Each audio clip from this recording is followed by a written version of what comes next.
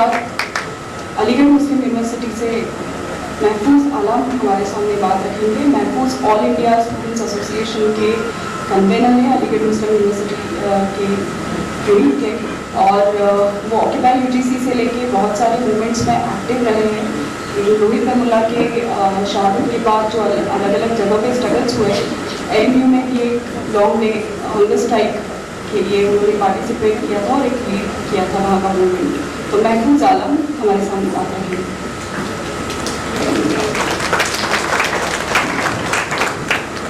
थोड़ा सा मुख्तसर सा जो किस्सा सुनाना चाहूँगा। एक उर्दू के बहुत बड़े शायर हैं फैज़, तो एक बार वो कश्मीर घूमने गए तो वहाँ मुझसे किसी ने पूछा आपने यहाँ क्या क्या देखा, तो उन्होंने कहा कि बहुत कुछ देखा। उन्होंने कहा अपनी वीडियो देखी, हाँ बहुत कुछ देखा, अगर ये सामने पहाड़ ना आते तो और भी कुछ देखने को मिलता। ठीक उसी तरह मैं भी कहना चाहूँगा, बहुत अच्छा लग रहा था बैठ के सुनकर, बट हर्षा जी आवाज़ से देती तो और बहुत कुछ सुनने को मिलता। Thank you Harsha. जैसा कि आजकल आप पूरे देश का माहौल का पता ही है कि आज हो क्या रहा है देश में। जो सरकार अच्छे मुद्दों को लेकर बनी थी, अच्छे दिन को लेकर बनी थी, 15 लाख अकाउंट में डालने को लेकर के बनी थी, वो उन चीज़ों से हटकर उसने एक अलग सा एक सिनारियो बनाया हुआ है, स्टूडेंट मूवमेंट को कैसे दबाया जाए। आखिर ये स्टूडेंट हमारे खिलाफ आवाज उठाते ही क्यों हैं। उसी एक स्टूडेंट का जिसकी आज का उन्वान है बुलबुल रेजिस्टेंस टुवर्ड्स आज़ादी, तो उसी को लेकर एक हमारा भाई था जो स्टूडेंट था रोहित वेमुला, जिससे आप लोग अच्छे तौर से वाकिफ हैं, जो हर चीज़ को दबाता था, हर एक मुद्दे को उठाता था वो। तो उसी दिन एक उसी आवाज़ को लेकर के उसको 5 साथियों को हैदराबाद सेंट्रल यूनिवर्सिटी में उसको रेस्ट्रिकेट कर दिया गया। इवन नॉट ओनली रेस्ट्रिकेट, उसका रेस्ट्रिक्टेड किया गया, they can't use the library and campus hostels, और उन्होंने अपना जो रिहाइशगाह बनाई वो बाहर कैंपस में आकर के बनाई थी। तो उसी चीज को लेकर के एक बर्दाश्त की भी हद होती है, कितना आदमी बर्दाश्त करे, तो उससे एक बर्दाश्त करते बाय हुआ उसने एक दिन 17 जनवरी जो हम एक इंडिया की तारीख में ये ब्लैक डे कहा जाएगा, ना कहे तो बड़ी मुश्किल हो, तो उसने सुसाइड कर लिया। It's not only suicide, it was a murder. तो राजनीतिक और आधारिक अत्याचार जो था, हैदराबाद विश्वविद्यालय में अम्बेडकर एसोसिएशन जो 5 छात्रों जिसमें रोहित भी एक था, अत्याचार आंदोलन खबरें रोहित की खुदकुशी खबर आए और 5 जने छात्रों का सामाजिक बहिष्कार किया गया। पृष्ठभूमि तो ये थी संघ भाजपा परिषद ये झूठ फैलाने में लगे हुए थी, क्योंकि रोहित ने याकूब मेनन की फांसी का विरोध किया था, जो इसलिए ये पूरा मामला बढ़ गया। सपा विद्यार्थी परिषद के झूठ की अफवाह थी, जिसके बाद रोहित को राजू का करना पड़ा। इसको उनके 5 जने छात्रों पर रोहित और उसके करना पड़ा। उसी चीज को लेकर हमने एमयू में कैंपस चलाया है, जैसे FTI से शुरू हुआ था, उसके बाद में SU पहुंचा, फिर JNU। अब क्वेश्चन ये आता है कि हु इज नेक्स्ट। तो उसी ऑक्यूपाई यूजीसी में इनके इस गवर्नमेंट के पास इतना फंड तो नहीं है, जो लोग नौजवान छात्र रिसर्च करते हैं उनको इतना फंड प्रोवाइड किया जाए ताकि वो अपनी रिसर्च को एक अच्छा तरह से कर सके। तो इन लोगों के पास इतना फंड तो नहीं है, बट इनके पास इतना वो है कि एक स्टेट की सूबे की मुख्यमंत्री की बेटी को बहुत सस्ते कामों में जगह अलॉट कर दी जाती है। ये बड़ी शर्म की बात है हमारे लिए। उसी चीज को लेकर हमने ऑक्यूपाई यूजीसी का मूवमेंट चलाया। उसमें WTO का एक मीटिंग होने वाला था नैरोबी केनिया में, उसको हमने बहुत ज्यादा वो किया। उसमें हमने हमारे कैंपस से हमने पब्लिक टॉक कराया, जिसमें एक अनिल सतगोपाल प्रोफेसर अनिल सतगोपाल का एक टॉक किया था, जिसमें हमें भी उसका वहाँ कैंपस में विरोध झेलना पड़ा था। हमारे पोस्टर फाड़ दिए जाते थे, बट हम उसको रजिस्टर करते थे और वो रात को हमारे पोस्टर फाड़ देते, हम सुबह उठ के फिर पोस्टर लगा देते थे। तो उनका टॉक हुआ था। उसके बाद में एक 7 दिन का रेजिडेंस कैंप लगा था, all India right to form education. उसमें भी एमयू के स्टूडेंट से एक कॉल थी 8 दिसंबर और 9 दिसंबर और दिल्ली चलोगी कॉल। उसमें भी एमयू से एक बस गई थी, जिसमें उसमें आयशा की तरफ से वो कॉल था 8 तारीख का। उसमें एमयू से एक बस गई थी, मोस्टली स्टूडेंट ने पार्टिसिपेट किया था वहाँ, और एक बोली भी थे वहाँ पर। उसके बाद में जो हुआ रोहित 13 जनवरी को एक प्रोटेस्ट हुआ था इन फ्रंट ऑफ शास्त्री भवन। तो वहाँ भी ऑक्यूपाई यूजीसी का जो नॉमिनेट कर चुका, उस मामले को लेकर के आपने रिव्यू कमेटी सेटअप की है, उसकी रिपोर्ट अभी तक आपने रिवील नहीं की है। तो उसमें बातचीत की थी, डेलीगेशन मिला भी था, तो वही कहते आपके ही फेवर में बात होगी, बट कोई नहीं। उसी के कुछ दिनों के 5 दिन बाद 4 दिन बाद 17 जनवरी को एक इंसिडेंट होता है हैदराबाद सेंट्रल यूनिवर्सिटी में, जो रोहित वेमुला नाम जो सुसाइड कमिट करता है इन सारी चीजों को लेकर के। तो ये जैसे मैंने अभी कहा है, it was not a suicide, it was a murder.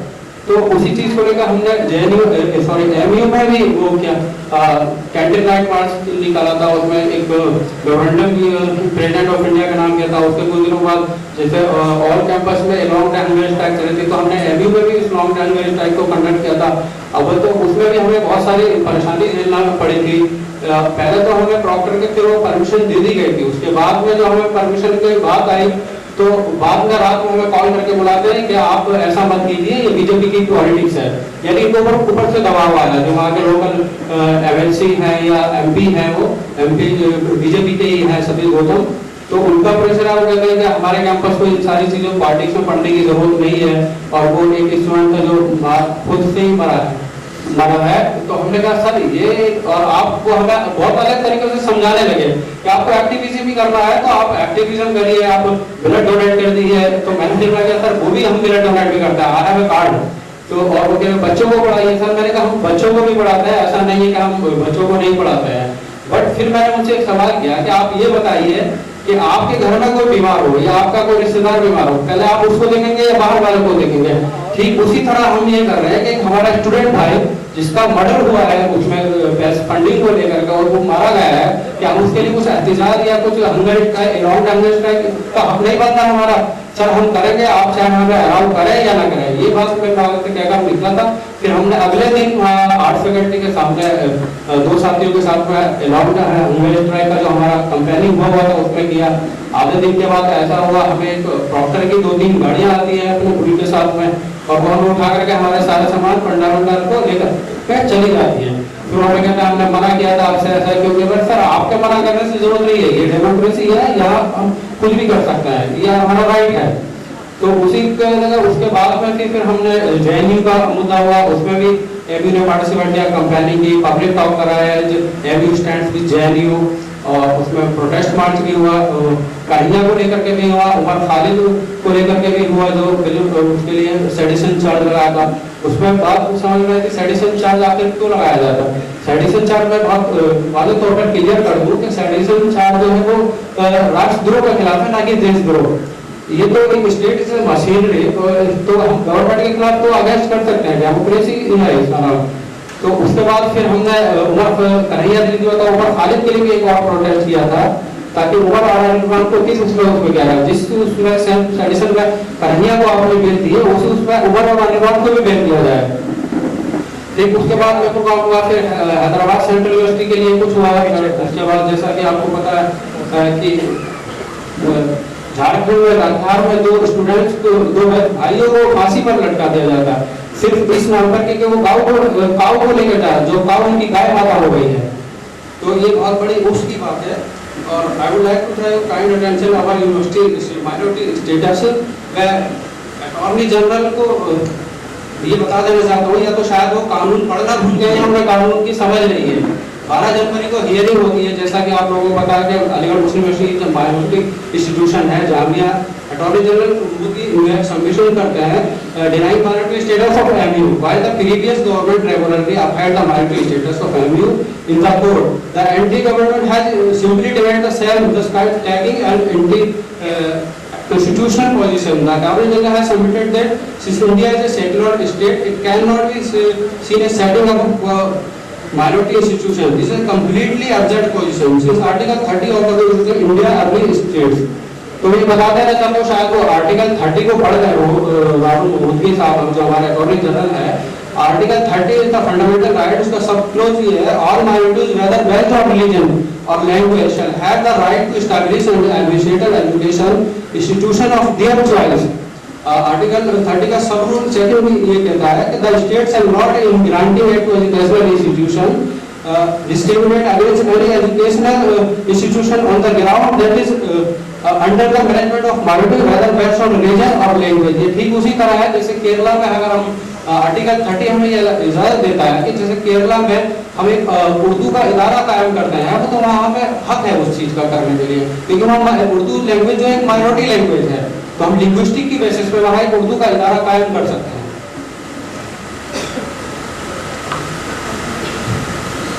MU की तवारीख जैसे आप लोगों को पता ही होगा, MU which was earlier known as MU.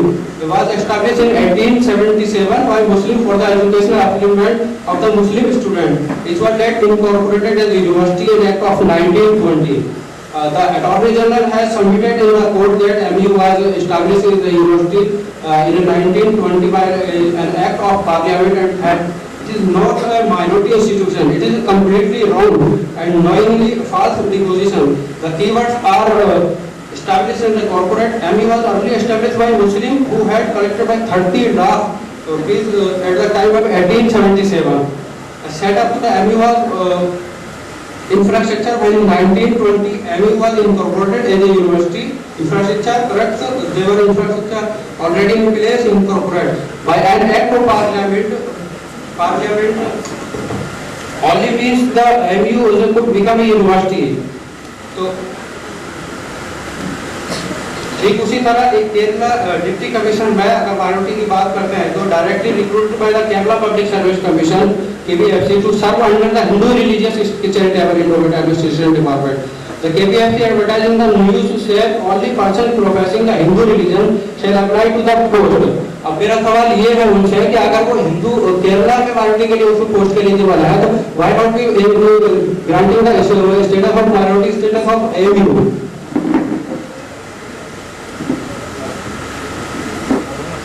तो रोहित वेमुला का आज ये था, तो उसके लिए थोड़ा सा विलिप करना चाहूँगा. रोहित वेमुला की जो मृत्यु हुई है वो हमारे सामने कुछ सवाल खड़ा करके गई है. एक तो ये मृत्यु तमाम मुश्किलों से वो संस्थाओं में दाखिले के लिए जो डिस्क्रिमिनेशन होता है, दलित छात्रों का भयानक समाज भेदभाव, उनके झेले का अलगाव की दुख हकीकत होती है. और दूसरा ये था संघी जो ये फासिस्ट फोर्सेज ये कह रहे थे कि रोहित इज नॉट दलित. मतलब ये बता रहे थे कि उसकी माँ एक काम करती थी और उसके साथ वो दलित नहीं हुआ. उसी से रिगार्डिंग 2012 के तो सुप्रीम कोर्ट में एक केस था, उसके फैसले के मुताबिक ये हुआ था कि विवाह में बच्चा पैदा हुआ है अपने राज्य. रोहित की मामले में ठीक ऐसा ही था. रोहित दलित माँ का बेटा था. उसने अपनी माँ के साथ कठोर श्रम, अपमान और वंचने की बेसी जिंदगी जी थी.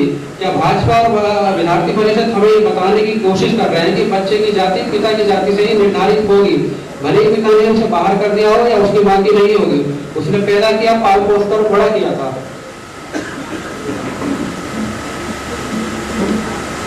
ये ठीक उसी तरह हो गया जैसे अखलाक की जो लिंचिंग हुई थी, वो लोग अखलाक की मृत्यु कातिल को सजा देने के बजाय ये करने लगे थे फ्रीज में जो माल था वो बटन था या बीज था. ठीक उसी तरह ये रोहित के सजा, उसको मुलजिमों को सजा देने के बजाय उसको ये डिस्कस करने लगे कि रोहित दलित था या नहीं था. ये बड़ी शर्म की बात है इस फासिस्ट ताकत के लिए. और मैं अपनी बात को खत्म करते हुए सिर्फ इतनी ही बात करूँ.